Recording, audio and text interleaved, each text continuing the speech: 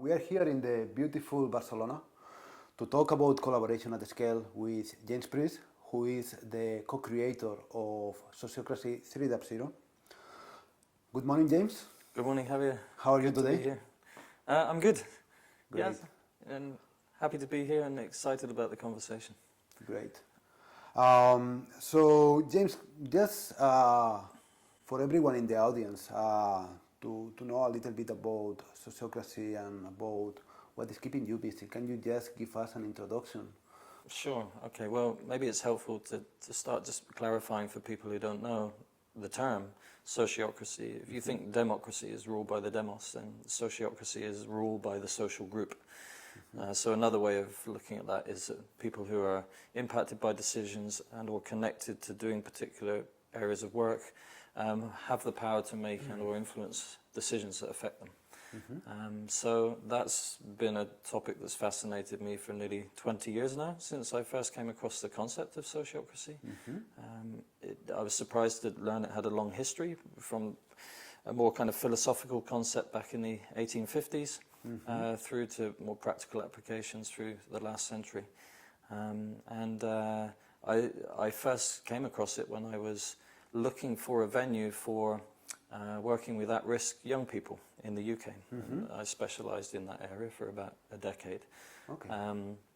At the same time, I kind of inherited a residential centre and a community, which was struggling a lot on the relational side, the members of that community. And the departing owner of the place invited me to step in there and to work with this warring community of people, and asked me to learn about nonviolent communication and sociocracy alongside whatever else I was doing. And I'd heard of nonviolent communication at the time, but not sociocracy.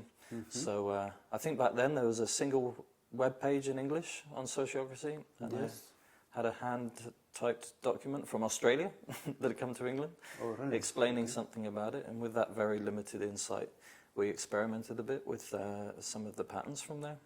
In this community, and it was transformational. So you were learning as you were experimenting with it? Yeah, exactly. So this is back in 2001, and by 2003 the majority of members in that community were collaborating together in a much more coherent way, and those that weren't were just clear that that wasn't the kind of enterprise that they wanted to be engaged in. So I was really impressed, and a kind of avid hobbyist at the time. And what keeps me busy today? Well, in 2014, I was pretty busy teaching the Sociocratic Circle method, which came out of the Netherlands and Gerard Endenberger Elektrotechniek. Yes. And so some people will have come across that, and it was a kind of predecessor of holacracy as well, which pulled a lot from Sociocratic Circle method. Yes. I met a guy, Bernard Bockelbrink, an agile coach out of Berlin. Yes. So I brought the sociocracy, he brought the agility. And then you just we bring it all together. Pulled it all together, and I think the thing that attracted me to exploring further with Bernard was his rigorous inquiry into examples of the Sociocratic Circle method in practice. Because he was saying, where do you see the Sociocratic Circle method working? And I had to answer that in general I didn't have any examples actually of organizations that over time stuck with the Sociocratic Circle method, but I have many examples of organizations that kept certain aspects of the Sociocratic Circle method and adapted it into their particular context.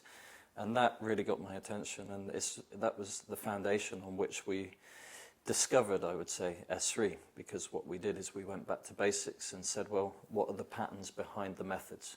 You know, are there kind of fundamental behaviors that you can observe people using in various organizational contexts that make sense? So that's how you guys created the patterns, basically observing the patterns already in place in different organizations and trying to pull them? Exactly, yeah. Although you couldn't even argue created them, really, because it was more articulated, observable patterns that you can see there, out there in the world, that they're emergent in people's behavior as they collaborate together in certain contexts.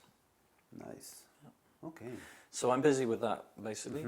Bernard and I, we called ourselves the co-founders of S3, rather than the co-creators of that. And then Liliana and David joined soon after the collaboration, and the three of us at the core are kind of developing S3.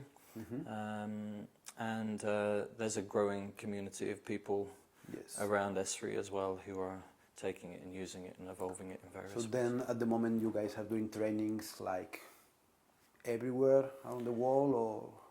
Yeah, well, increasingly. So I work primarily with Lily. We run courses. We developed an introductory course, which we Actually, I was in one of those. Exactly, a couple of years ago now. I think it was 2 years ago, Yeah. more or less. And that's evolved quite extensively. Now we have a practitioner course level 1 and practitioner course level 2. And Lily and I have recently started collaboration with a few other coaches and trainers to be able to offer to a wider audience these practitioner courses. Great. Okay, that's really good. I have few questions. Just to give some kind of context to the audience, let me just give you an example, and then we can pull a few questions from there. Let's imagine that we have like a group of 100 to 300 people working together. Could be an organization or could be part of an organization. My question is, when we are talking about this kind of, we are talking, again, 100, 300 people, it's a big group of people working together. How responsibilities work there? I mean, which kind of help from the patterns coming from S3 we can pull to really help us to make this collaboration working better in this kind of context? What may be your advice in this case? Yeah, okay. Well, it's a good example because there's several organizations of that kind of size who turn to S3. Normally, as they're nearing the 80 to 100 people point, and ad hocracy is no longer quite enough. And so it's unfortunate, I think, that founders often don't consider at the very beginning some kind of coherent way to proceed in terms of governance, particularly of the organization, but also their operations as well. That's why I say ad hocracy, because then what happens instead is just a kind of mishmash of whatever people bring to the table. Yes. Much of which is useful, by the way, actually. But it's usually around that size that the pain points start to show, and people begin to look outside and say, well, what else is there around? And I think a common mistake at that point is to look for some kind of magic formula or prescription that will make everything magically better, And I don't stand by that idea generally as a way to proceed. Well, there's no magic, but if a company's grown to 100 people, or even to 300 people, it's obviously doing some things right. Definitely. I mean, unless it's just running on funding and running itself into the ground, and it's more like a creative hobby, expensive hobby than a business. Expensive, very expensive. But generally speaking, if a company's sustained to that kind of size, then there's many things that are right. And so the value of considering that is you don't want to try to fix things that aren't broken.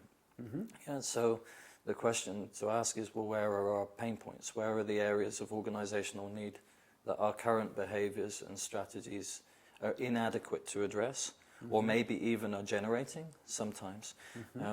So beginning by identifying those and prioritizing them, because you can't fix everything at once, and starting there with the most important organizational needs top is a good place to begin.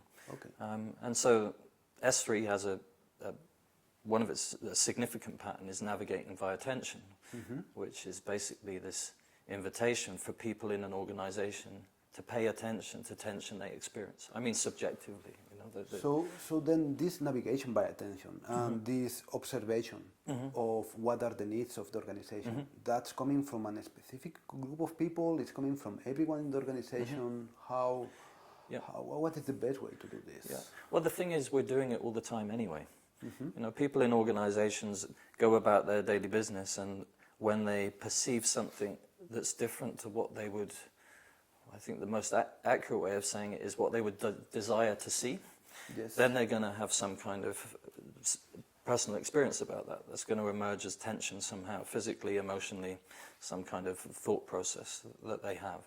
And so we're doing this all the time The question is, how do people respond when they become aware of a dissonance between what they would wish to see and what they actually perceive?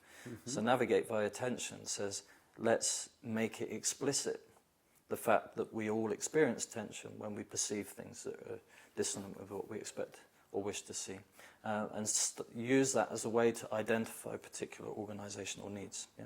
Okay, so then it's not about beginning to do it, it's about becoming conscious of the fact that we do that. And in terms of who should do that, well, maybe the appropriate way to say it is who could, and it's like, imagine in this organization of 100 to 300 people, yes, everybody's paying attention to situations they become aware of in the organization that are somehow different to what they would wish to or expect to be seen, and naming that in some way and bringing that into consciousness of the organization. So people perceive that there is something that is not exactly what they were expecting. Yeah.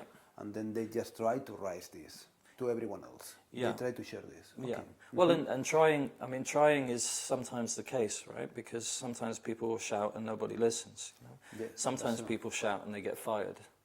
Yeah, and that's not so cool. I mean, that's So unfortunate. If then there's what can we do? Because there are organizations like that where people are a little bit scared or afraid to share specific things because they are a little bit worried about what may happen. Yeah. So in this situation, what can we do? Well, I mean, that's a big question, right? Because there's so many angles to why somebody would be in that situation. You know, they're going to have their personal background and their personal story, so maybe some of their concerns are unwarranted and they're just vulnerable to speak up for whatever reason. And in another case, on the other side of the scale, you're going to have an environment where there's a lack of psychological safety and consequence for behaviors that break out of the cultural norm, you know, or the consensus reality that people are in. So it's a hard thing to unpack. But actually, I'm thinking this could be attention for someone in the organization, that they realize that there is not the right environment to share these things, and then someone can somehow try to do something about it to create this environment. Something that I mean, people are experiencing a lot of tension in organizations in general. Yeah. It's not an exception to the rule. It's like we experience tension in micro ways every moment of our lives somehow. But in most organizations today, there's a lot of things happening that are different to what people would desire to see or expect to see. But it's so commonplace that they're happening that nobody does anything. Yeah? So I think probably first and foremost is having the intentionality to act in response to situations that appear to be different to what would be desired. Yeah? So if an organization as a whole begins with that intention and says, okay, well look, we're all here collaborating together, and we've got 100 people here who can act like nerve endings of this living system. Let's please bring into the consciousness of the organization situations that require some kind of response, yeah? So we can prioritize those and begin to respond to them with the most important first. That's quite a common sense thing to be doing, right? Yeah. So if you're looking at what S3 invites in terms of navigate via tension as a pattern, then it's just this. It's saying, hey, look, pay attention to tension that you experience. Look behind that and clarify what is it that's actually happening here and what is it that might be needed considering the organizational context, and respond to that. And if it's not something you can respond to, find out who can and help them become aware of it so that they can respond. I mean, it's as common sense and obvious as that. So, okay, then that one is one of the first responsibilities for anyone in an organization, to really be aware of this navigation via tension. Is there any other pattern that can help us in terms of responsibilities when we are talking not about individuals but more about groups? Let's stick with your example, right, of a small to medium company, 100 to 300 people. Yes. And so I've worked with several organizations of that kind of size now, and there are some typical steps that they go through, generally speaking. One of the first ones would be, as I said, to take a look at what organizational needs exist that are inadequately addressed with the current approach. And you can do that on the individual level first, so just by inviting everybody to ask that question and identify the top 2 or 3 issues that they think are important to address and currently aren't. You can do that on the team level, you can do it on the department level if you have that kind of thing, and so on and so forth. So you can do a kind of full organization-wide analysis of what we would call organizational drivers, areas of organizational drivers. Can you explain a little bit more? Yeah, I'll come back to it maybe, but but for now, let's just say issues in the organization that individuals are aware of, that teams are aware of, and that are relevant more on the organizational level as well. Okay, so the other thing is taking a look at how the organization has evolved to this point in terms of the distribution of work and responsibility in the organization. So most organizations have roles. Yes. You know, they have teams. Many have departments and projects and whatever. I mean, it's like, you know, every group of people distributes the work in different ways.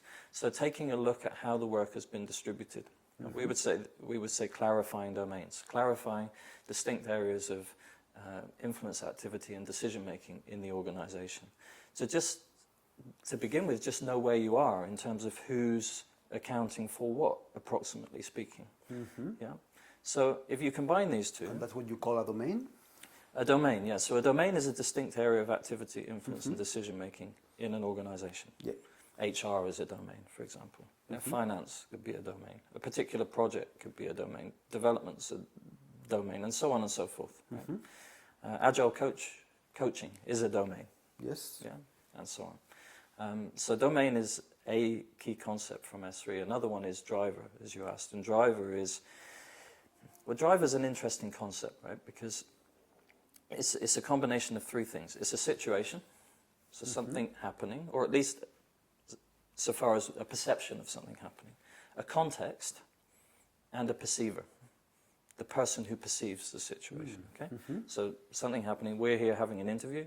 There's a context, it's in the context of the Business Agility Institute and organizational transformation and collaboration.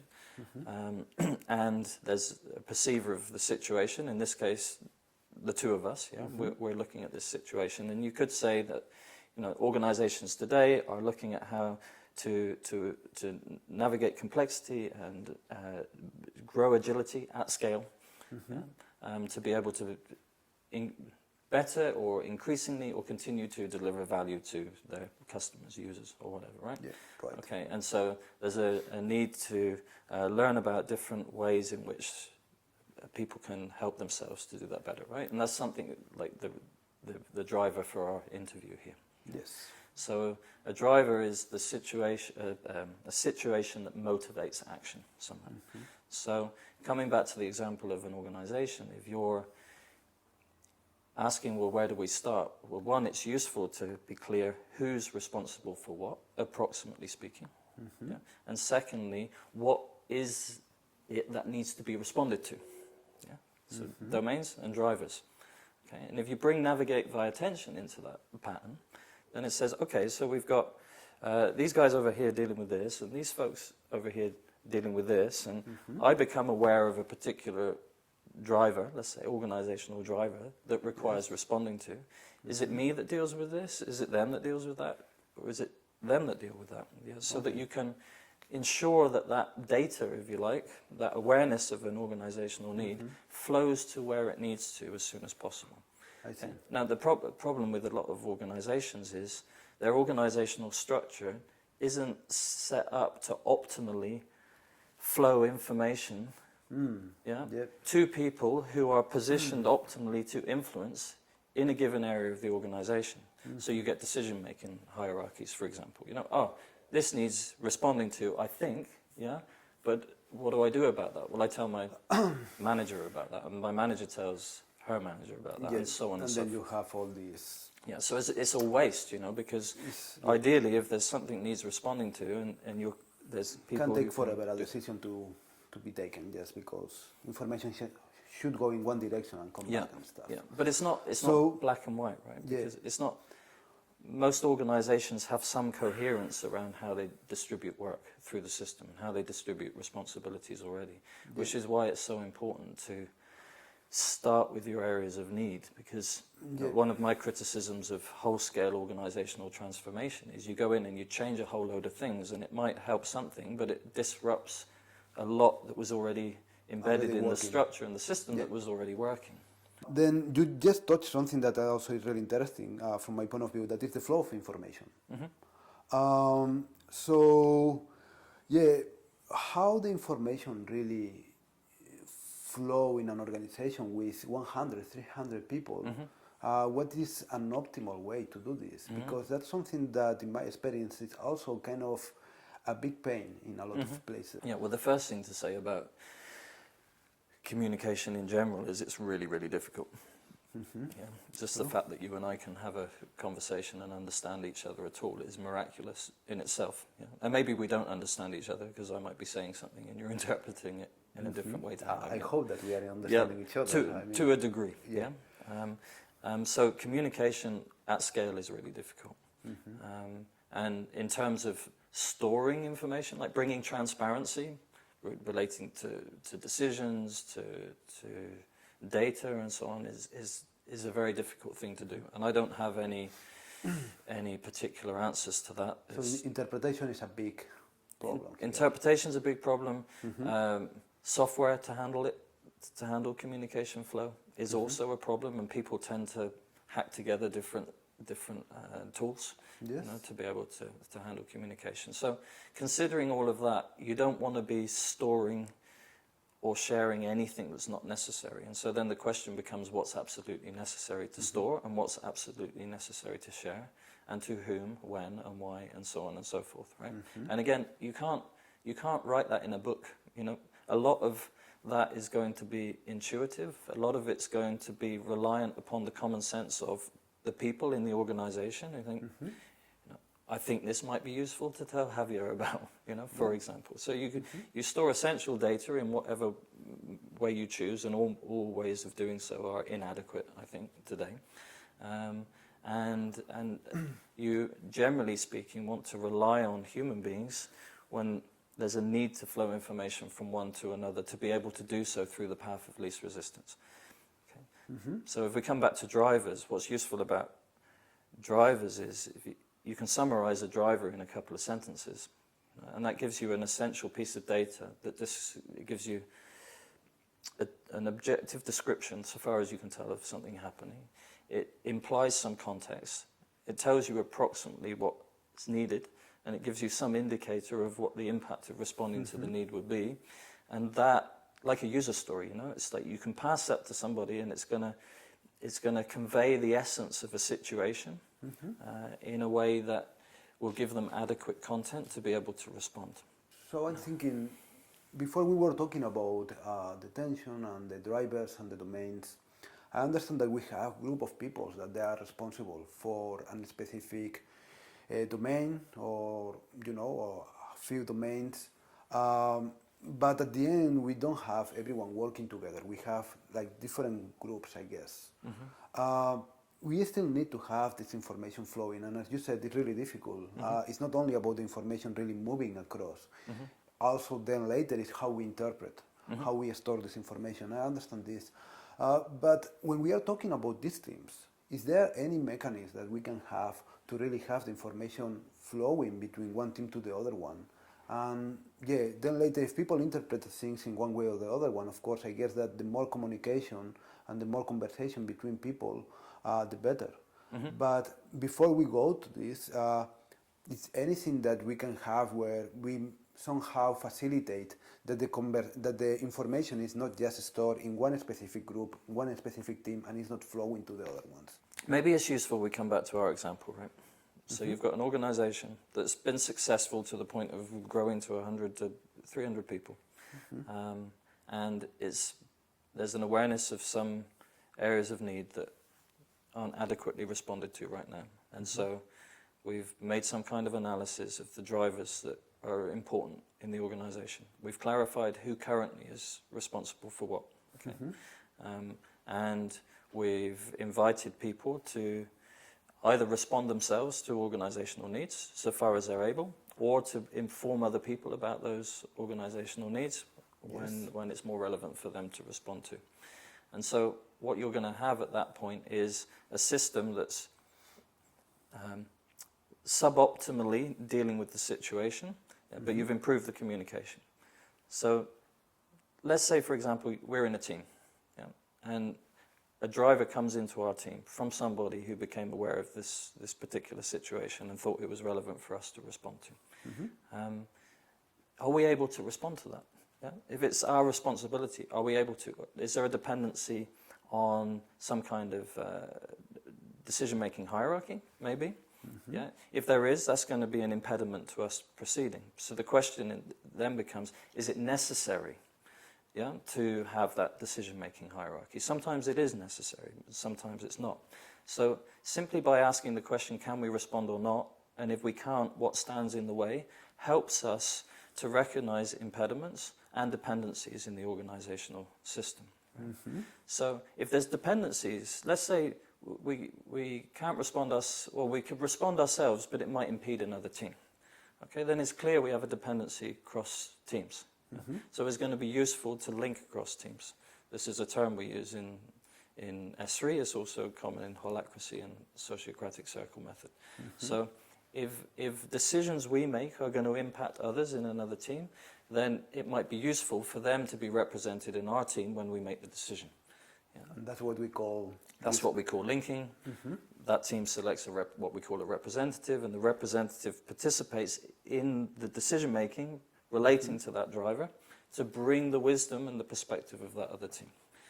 And maybe our decisions impact each other in a quite consistent way, and then we might do what's called double linking, where we would select a representative who participates in, we would say, governance decision-making of the other team, right? So now what you're doing is you're building channels for information and influence to flow when there's some kind of impact from decision-making in one area on another and vice versa. I see. So if you look at a typical organizational hierarchy, you've got linking down the system. Yes. So if you've got a line-managed organization, the representative of the, well, in a hierarchy, it's the higher domain, that's handled by the manager, right? So they bring the... And it's just one way. It's just one way, yeah. So they bring the perspective of that super domain, if you like, into the subdomain. They manage the system and they influence it according to what they know about that super domain. Okay. So classic sociocracy, or Sociocratic circle method, did something, it double-linked, it created a double-linked hierarchy. So if we're the team and we've got a manager, then we would also select a representative who represents in the management team. Yeah, so that in a management team then you've got a bunch of managers and you've got a bunch of representatives as well of the managed teams making governance decisions together relating to management of those really operational nice. And domains. then you have representatives from the domains to the subdomain. Yeah, which is really nice in a line managed system. It's a nice hack, to bring some more equivalence into the system.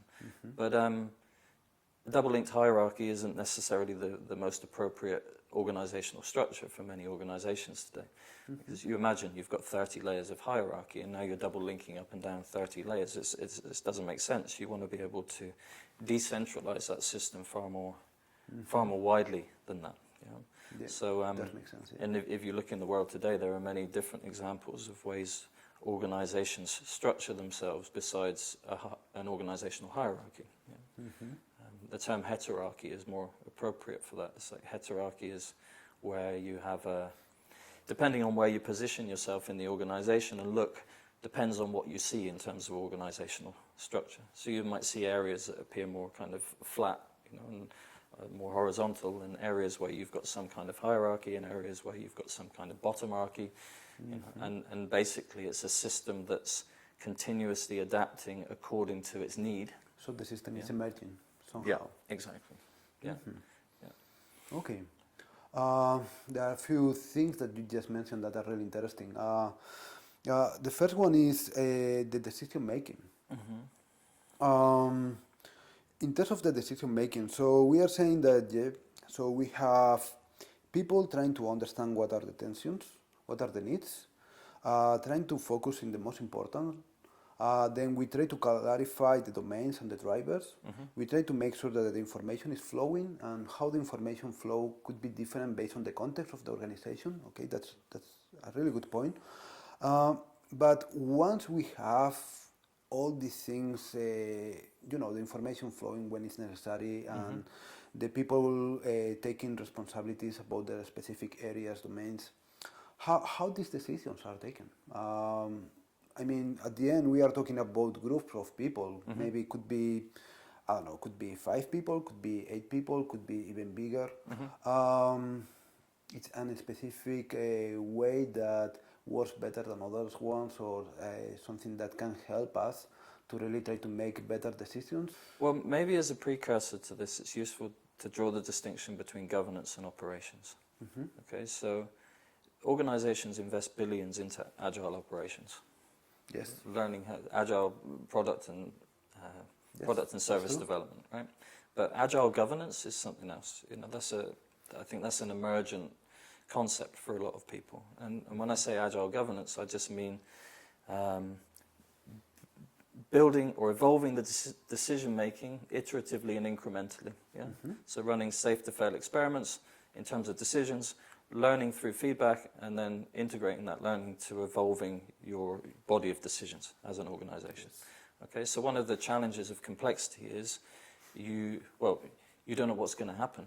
Sometimes you don't even know what is happening when it's happening, and you certainly don't know what to do about what's happening. And so we see, like in agile software development, that's a useful concept to appreciate because it helps us to build in small iterations, and learn as we go. So the same concept applies to governance. And to navigate complexity successfully, you need to decentralize the function of governance throughout the whole organizational system. So you want to enable individuals and groups of people to maximally make and evolve decisions in response to the organizational needs that they face. And to do that in an iterative and incremental way based on what they actually discover through running those experiments. So we've decentralized, we've clarified the domains of our organization, we've identified important drivers on the individual level, on the team level, department level, and organizational level. We've looked at who currently responds to what. We've identified dependencies, and we've linked between domains where necessary. And then what you're saying is, now you've got a bunch of people who've got a bunch of drivers to respond to, and how can they go about doing that? And I think that's where the Sociocratic circle method really has a unique value proposition, which was consent decision making. And consent decision making is, well, consent's interesting because if you've got an autocratic decision making, then supremacy, the concentration of power, lies with the individual or the small group. If you've got majority decision making, then the supremacy lies with the majority, which, to put it bluntly, is a really stupid idea, because wisdom invariably emerges through the minority first, not through the majority. So you get a narrowing scope of options over time with majority decision making, and worst case, you get 49% of people super pissed because they're polarized with whatever the majority think. Consensus decision making, well, it's if you've got consensus with unanimity, which means everybody in agreement, and you're seeking agreement, then supremacy lies with the individual again. It's another form of autocracy, because anybody can block on the basis of just their preference. So consent decision making is interesting because it shifts supremacy from a person to an abstraction called an argument. An argument that demonstrates how proceeding in a certain way would lead to unintended consequences for the organization, or misses a way in which an improvement can be made. So consent, we didn't talk about the principles of S3. There's 7 principles of S3, and consent is one of those. And it basically says that you will deliberately raise, seek out, and respond to objections in relation to actions and decisions in the organization. I think that there is another principle that is really interesting as well, that is the principle of equivalence, which is kind of related with this as well. Yeah, well, it correlates closely with sociocracy, right? So the idea that people affected by decisions are able to make and or at least influence those decisions. But if it were on consensus, it could be on a whim. But with consent, is people are able to influence decisions on the basis of a reason to do so. Yeah, and so it's if I can present an argument that demonstrates how a particular activity in the organization or proposed activity would lead to unintended consequences or misses a way to improve, then that argument is more powerful than any person in the organization, if we're playing the game of consent. So if you bring that to the team level for a minute, you've got a bunch of team members who are considering how to respond to certain organizational drivers that fall in their domain. Then in the face of a proposition about how to respond to that, the question is, can anybody see a reason not to? Can anybody see a reason how proceeding like this is going to lead to consequences we would rather didn't happen or miss a way to improve? And if yes, please speak up. It's like, please proactively raise that argument so we can consider it and see if it has utility. So then, in a practical way, how it works is that then we have everyone being able to really express their opinion about the decision that we are going to take. And it's not about express their opinion, it's more about express their concern or their objection, as you just said. My question is, do we need to... So this consent decision making is something that we use in all the decisions that we are taking in a team, or is something that we use in specific ones? From a practical point of view, how do you advise this? How did you see this working? The answer is it depends, but my question back to you would be, do you think it would be a good idea, as a human being going through life, that if you see things happening and you recognize that those things are likely to lead to unintended consequences or could be improved, that it would be valuable for you to speak up? And do you think as a human being, as you go through life, that if someone else saw that a decision you were going to make or an activity you were involved in was leading to unintended consequences or could be improved, would you want to know about that? Because it kind of makes sense as human beings that if we become aware of activity that leads to consequences we don't want to be happening, that we would pay attention to that and do something different. And it also makes sense from the point of view of evolution and innovation that when somebody somewhere sees a possible way to improve something, that we're open to consider that. Yeah. So this is consent decision making in its essence. It just says use your common sense, you know, and if you see situations that are going to take you in a direction that you don't want to go, then pay attention to that and consider how you might pivot and adjust, to go in a different direction instead. And try to bring the wisdom of the group and have this conversation. So behind, there's 74 patterns in S3, right? And those 74 patterns, they're observable patterns that you can see emergent in the behavior of people out there in the world collaborating together. And they have utility more or less some of the time. There's 7 principles that we chose to name. Consent and equivalence are 2 of them. Transparency is another. Effectiveness, it's like, do what brings you closer to achieving your objectives, basically speaking. So it's like eliminate waste is another way of putting it. Empiricism and continuous improvement. It's like test your hypotheses.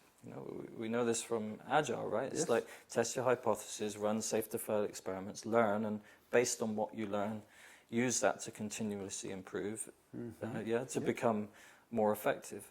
And accountability is the 7th principle in S3, which basically, putting it bluntly, says just do what you agree to. And if you don't, then follow up on that and clear up any disturbance as a consequence of not. And behind principles is mindset. So, I've introduced S3 to thousands of people at this point. I've been learning about what it is for myself the last 4 years, It's like we released it in 2015. I had no idea really what it was at that point. I'm learning as much as anybody about S3, and one of the biggest things I'm learning is that ultimately it's not about doing one particular pattern or another. It's not about doing S3, which doesn't make any sense anyway, but it's about a perspective, you know, it's about a mindset, and you could say it's about taking a conscious and common sense approach to life, you know, and to working and organizing with others. And one of the common reflections I hear from people I'm introducing S3 to is, well, I kind of know this stuff already, I'm kind of doing this stuff already, you know.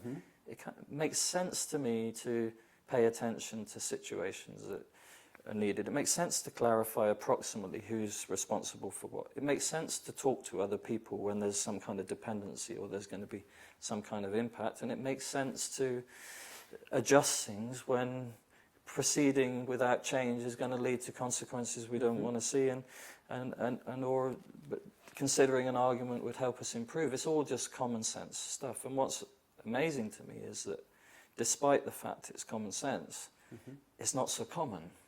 Yeah. So James, yeah, that's interesting. In terms of people, as you said, they know about these things. These things are familiar to them.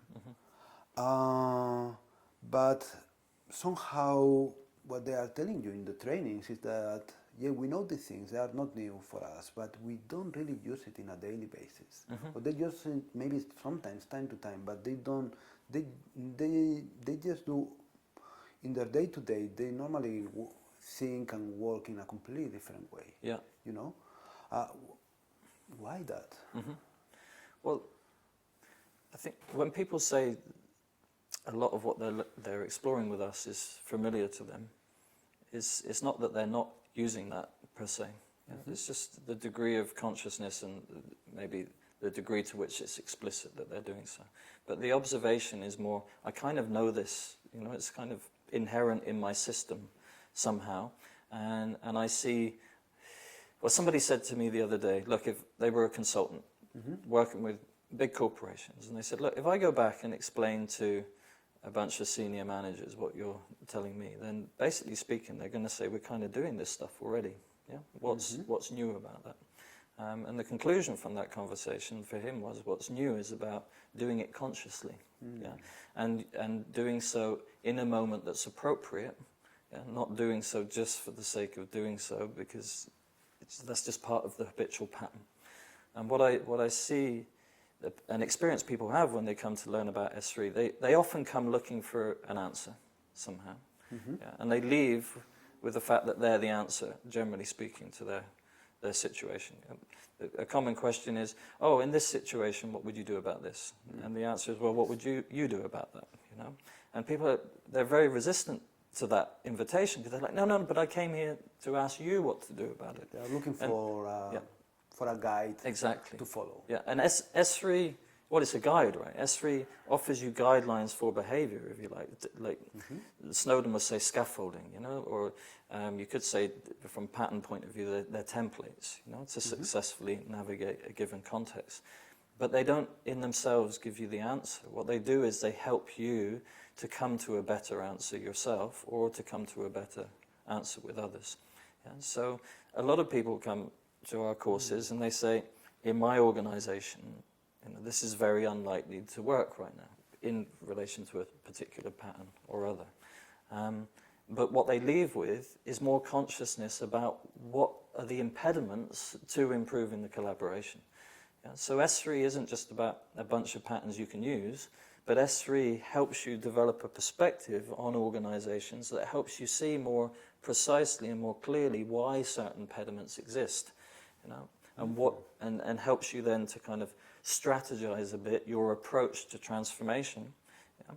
And coming back to what I said earlier, the most important first step usually is start with your area of greatest need, yeah? Because people aren't resistant to change when they're clear that there's a situation that they want to change, right? Yes. People are just resistant to doing new things if they don't understand new things and they don't have a clear why for doing so. Yeah, so it's not that you go back to an organization and say, I think we should do S3. It's like you go back to an organization and say, right guys, let's take an honest look at where our challenges are right now and where are the opportunities that we'd really like to harness somehow and start there. Yeah. So it's a, you know, I've been saying a phrase recently, at the interface, like the meeting point between the habitual and the new, a potential for greater consciousness resides. At the interface, like the meeting point between my habit and something new, an alternative way of doing something, there's a potential for me to, one, become conscious of my habit, because the thing about habits is largely they're unconscious, right? And secondly, to be conscious of an alternative. And in the creative field that exists between those two, I have a conscious choice, or a more conscious choice, about how to proceed. And I think that's an enormous utility of S3. Because it gives people that contrasting perspective to what's normal for them, and through the contrast they become conscious of what's normal.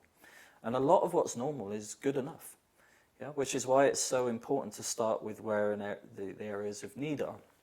You know, it's like we're hardwired to move away from situations that are generating unintended consequences, and we're hardwired to move towards tools that are useful for us, or things that are useful for us. You know? And we're not hardwired to change when there's no reason for change. I see. So you kind of, people go away from the courses, one, like recognizing that they're responsible actually for what happens next. We have a pattern, be the change, you know, which is that's a tough one, right? Because often, you know, all of us had inadequate lives, right? In a way, it's like all of us were longing for certain needs to be met that weren't, and so on. And our parents had parents who had parents who had parents. So, like, who's to blame anyway? You know, it's like we're all kind of dealing with that kind of thing somehow. But people go back into their organizations and see more clearly what's actually playing out in the system. You know, and if that's an organization where there's an openness to change and transformation, and there's psychological safety and well-being, then immediately pulling in S3 patterns and sharing them with others is going to be useful to you. But if you're going back into an organizational context where there's a lack of psychological safety, there's a consensus reality that's much more kind of command and control, where speaking up is going to lead to potentially consequences you wouldn't want to be happening, then you're at least going to see with a much higher level of resolution the various impediments in the system. And it's not hopeless in those kind of situations. You know, it's like I don't advocate anybody wastes their short, precious lifetime in an organization that they're not fulfilled collaborating in, yeah, and don't find meaningful in some way. I think we do well to pursue that which is meaningful for us in our lives. But if somebody finds meaning and purpose in working in an organizational system that's got a number of problems with the system, yeah, and with a higher level of resolution perspective on where the various impediments are, and armed with the understanding that people, generally speaking, will respond to organizational needs that are of concern to them, then you've got a very good starting point for change in an organizational system. Yeah, I see. Okay. Actually, you already touched now with something that I was thinking to ask you. That is, what is the best way to really start with in an organization? You know. Yeah. Somehow you already touched it. So definitely, it's not about trying to do S3 across the whole organization, like so overnight. It doesn't make any sense. Doesn't make sense. There's 74 patterns. What would that look like? It's like some of them aren't going to be useful to you ever, maybe, right? So you can't do S3. It's like going to the restaurant and saying, let's do the menu. You know, it's like you don't order everything. You select things that meet your nourishment needs and your preferences and so on in a given moment. Yeah, and on a different day you might order something different because it's a different situation now. Yeah. I see. Yeah, no, it doesn't make complete sense. So it's basically observe what is going to be really necessary. Yeah. And what your organization really needs, and then Start from there. Yeah, and so you're right, I've covered it already, but where to start is start with those areas of need that you have. And not just you, but anyone in the organizational system. So if you're working as a coach in an organization or a consultant in an organization or whatever, then inviting that conversation as a starting point is a really great beginning point. And not then to follow that with, hey, maybe we should look to S3 necessarily, but just asking the question, has anyone got any creative ideas about how we might respond to this differently to how we have been, so that we get something different to what we've always got? Yeah. This is, in a way, pulling in S3, like the mindset of S3, without explicitly pulling in any particular pattern at all. Yeah. So I have a final question for you. That is, why is so important to have the right collaboration at scale? What is the thing that that the organization really need? And what are the real benefits that they are going to get from that? Yeah. Well,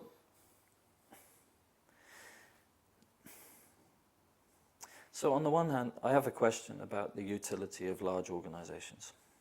Yeah, I think the concept of a large organization makes sense because we have them, but the utility of identifying as a large organization, I question. I don't have an answer one way or the other.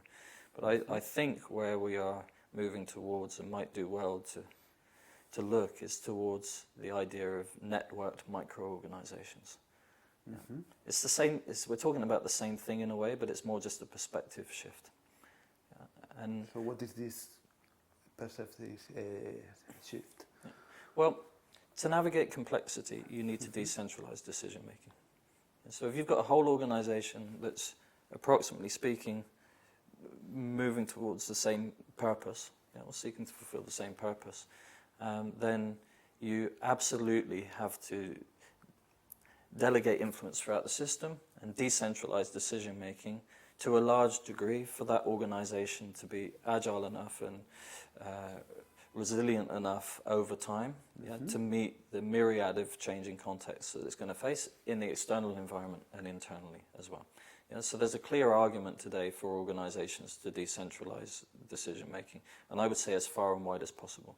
You want to make decisions that free people up to decide and do as much as possible for themselves, and ensure that you put in place mechanisms to handle dependencies and adequate flow of information and influence through a system, so that you can grow a responsive learning organization where relevant information will rapidly get from whomever becomes aware of it to whomever needs to know about it, and that those people are able to have the influence to be able to respond as directly and immediately as possible. And you want to do the whole thing in an iterative and incremental way, because it's complex and because we don't actually know often what it is that we're up against, and so running safe to fail experiments and learning iteratively and incrementally is an important way to go. So I think I lost your question, actually. So the question, you are responding actually pretty well. The question was why it's so important, collaboration. Okay. Yeah. And you are talking about resilience organizations and how these networks of people are really important, which I think is a great answer, but probably you want to add something on the top. Yeah. So to answer the question, then, what I mean by network micro-organizations is where you've delegated influence throughout a system to individuals and groups of people, and put in place an organizational structure that flows information and influence in a way that maximally serves the creation of value of that organizational system. And so if you're going to do that, you at least need some kind of coherent approach to governance and organization of work through that organizational system. And a few years ago there was Frederick Laloux's book Reinventing Organizations, and it came at a moment when the topic of future organization, or like organizational transformation, was really coming into the mainstream more, I would say. And a lot of people got very excited about that. We already had a lot happening, as I said, around agile operations. It's not an area I have expertise in, but I know something of the history to know that the last 15, 20 years or so, there's been an enormous transformation in terms of how products and services are evolved and developed, and I think that's for the better, generally speaking.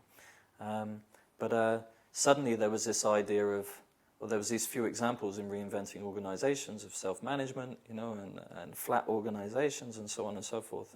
And people suddenly kind of thought, well, we can just kind of pull the plug on managers, you know, and go self-organizing now, and missed the fact that a manager is a strategic way to handle organizational management, right? It's not the only way, you know, but organizational management is relevant whether you have managers or not, right?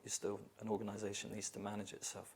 So if you add the fact an organization needs to handle the function of organizational management to the fact most organizations today do very well to decentralize decision-making through the system, then you need a coherent way for the people in that system to work together, yeah, as autonomously as possible, yeah, but so to act as individuals so much as possible, but recognizing the interdependency of one another in terms of impact of activity in one place on another place, but also to recognize the collective intelligence that lies through the system, you know, because maybe you learn something somewhere, and were I to learn that too, then that's going to help me to avoid having to repeat the experiences you went through to learn what you learned. Yeah? So coherence in governance as well as operations through a system is really useful.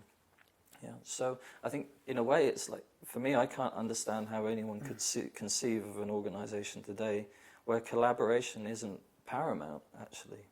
You know, if people can't collaborate together, then you're going to have to fall back on some more archaic approach to organizational management, which typically is going to be a line-managed system. And the writing is going to be on the wall in most cases because, one, you disconnect people from the decisions that affect them. Two, over time, you corrode psychological safety. Three, you can't navigate complexity from a centralized place, yeah, because you need active, purposeful, engaged human beings who are tooled up and resourced to be able to deal with the complexity they face. And so, all in all, it's like collaboration is just it's like a bedrock of the modern organization, I would say.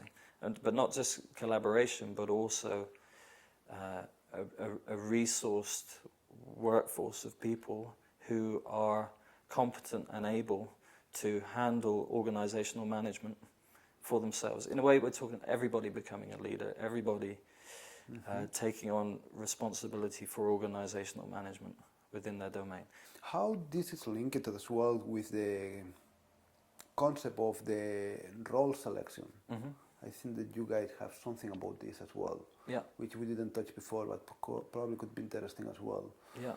How I understand is that people can really, I mean, it's the whole team who define what are the roles, and then people can propose themselves or propose someone different, and it's a decision making for the roles as well.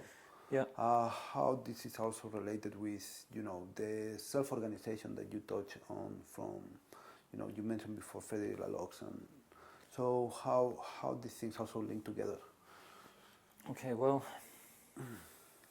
so selecting people for roles on the strength of the reason for that person or those people fulfilling those roles. Yeah?